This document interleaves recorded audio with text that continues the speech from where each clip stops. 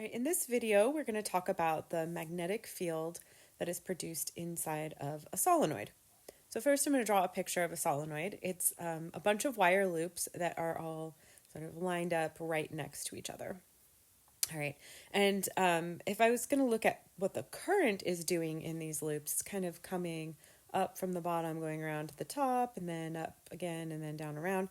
And I can draw what the current is looks like from kind of like a cross-sectional view right here. So it's coming out of the page at the top of the solenoid and going back into the page kind of at the bottom. So this is like a cross-sectional view of what the current is doing in each of those loops.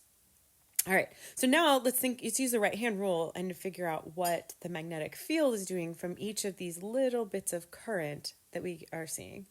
So from on the bottom, all of the current here, if we put our thumb of our right hand and point it into the page along for these loops that are going into the page here at the bottom, we're going to get a clockwise magnetic field going around them.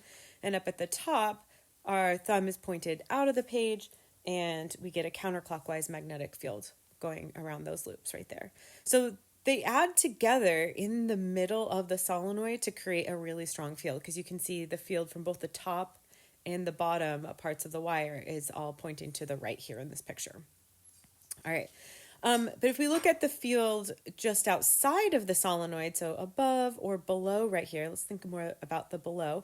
We've got the field from these bottom loops or the bottoms of the loops are going to the left, but the field from the top loops is still going around, counterclockwise. That means it's going to the right down here at the bottom, and it's opposite the field from the bottom parts of the loop. So the field's opposite, and it works to kind of cancel the field. It's not perfectly canceled, but we get a really strong field to the right inside of the solenoid, and then a very weak field to the left outside of the solenoid. So this is such a weak field, we're going to actually approximate it as zero, but it's not exactly zero. All right, so we're going to use Ampere's law to figure out exactly what the magnitude of the magnetic field is here inside of the solenoid. So what this strong field here is inside the solenoid. So Ampere's law says the integral of the magnetic field around a loop, and this is not a current loop, but a loop that we draw, that we are like imagine, right? So the closed integral around this loop of magnetic field around the loop is equal to the current that's enclosed by that loop times this constant mu naught. All right, so I'm going to redraw this picture so it's a little clearer without all my writing on it. And we're going to draw our little Amperian loop that we're going to integrate over. So here we go. We've got our field nice and strong in the center here, this weak field that's approximately zero on the outside, and we're going to draw an Amperian loop. So this is not a real loop, like a real loop of wire. There are real loops of wire in the solenoid, but this Amperian loop is just a construct that we use to help us with this mathematical tool of Ampere's law. So I'm going to draw my loop as a rectangular loop right here, and I've drawn it in blue. And notice I put little arrows on it. Those arrows are telling me what direction I'm going to integrate around, right? So I want to do this integral of b dot dl. dl is a little bit of length along the loop, and I'm going to integrate around in a clockwise fashion. The reason why I chose clockwise is because I know it matches up with the magnetic field in the center. We'll be going to the right there. Okay, so this loop can be broken up into four pieces. The loop has a height and a width, right? We can break this loop up into four pieces. We can kind of do the top part, the right side, the bottom, and the left side. So we break that integral up into four separate integrals, right? So let's just think about the top part first. So along that top part of the Amperian loop here, we've got the magnetic field at the center, so that's going to be our B, and it's nice and parallel to our loop. So we can take this first part of the integral here as just going to be B times the length of the loop that's right there along that side. So that's W. All right, we'll call that W for the width. Now let's look at the right side of the loop. The right side of the loop, that integral is just going to be zero, because notice the direction of the loop is downward, And there's actually no magnetic field right around here. The magnetic field's going to cancel from the wires right next to each other. And even if you think about like this part that's inside the solenoid a little bit, the magnetic field's going to be completely perpendicular to the right side here. Right side is going up and down. The magnetic field will be going left and right. So that makes that dot product all along this path on the right side 0. And the bottom part, we're going to approximate this as 0 too, because remember we said the magnetic field's approximately 0 outside the solenoid. It's not exactly.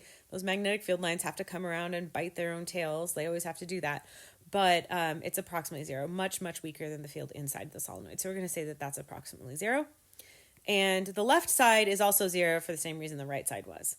So this simplifies down. We've got all these zeros to just the magnetic field in the center of the solenoid times W, where W is the kind of width of my loop that I drew, is going to equal the current that's enclosed times mu naught.